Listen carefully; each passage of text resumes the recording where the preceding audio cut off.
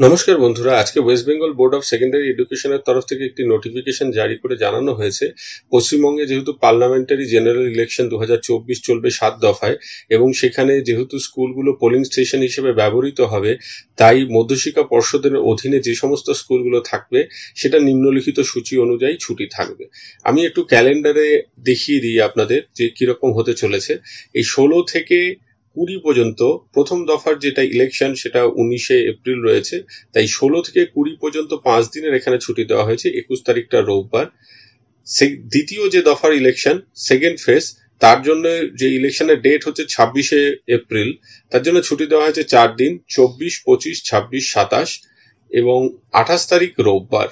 ফলে পরের দিনটাও পাওয়া যাবে। তবে 16 থেকে 20 পর্যন্ত যে ছুটিটা ফার্স্ট ফেজ ইলেকশনের জন্য দেওয়া হচ্ছে সেটা কেবলমাত্র কোচবিহার, আলিপুরদুয়ার এবং জলপাইগুড়ির জন্য প্রযোজ্য। বাকি জেলাগুলোর ক্ষেত্রে কিন্তু এটা হবে না। সেরকম 24 থেকে 27-এর যে ছুটিটা সেটা কেবলমাত্র দার্জিলিং, কালিম্পং, উত্তর দিনাজপুর এবং দক্ষিণ দিনাজপুরের জন্য প্রযোজ্য। দ্বিতীয় যে নোটিফিকেশনের অংশটা তাতে বলা হয়েছে যে আগে যে গরমের ছুটিটা ছিল সেটা ছিল 9 তারিখ থেকে 20 তারিখ পর্যন্ত। 8 তারিখও ছুটি ছিল রবীন্দ্র জয়ন্তীর, সেটা বাড়িয়ে 6 তারিখ থেকে 2 জুন পর্যন্ত করা হচ্ছে। এই রবীন্দ্র জয়ন্তীর ছুটি একটি এবং বুদ্ধ পূর্ণিমার ছুটি আরেকটি, এই দুটি ছুটি বাদ দিয়ে এবং রোববার বাদ দিয়ে মোট 22 দিনের ছুটি হচ্ছে, যেটা আগের 10 দিনের থেকে 12 দিন বৃদ্ধি পাচ্ছে। তো মোটামুটি এইটাই নোটিফিকেশন।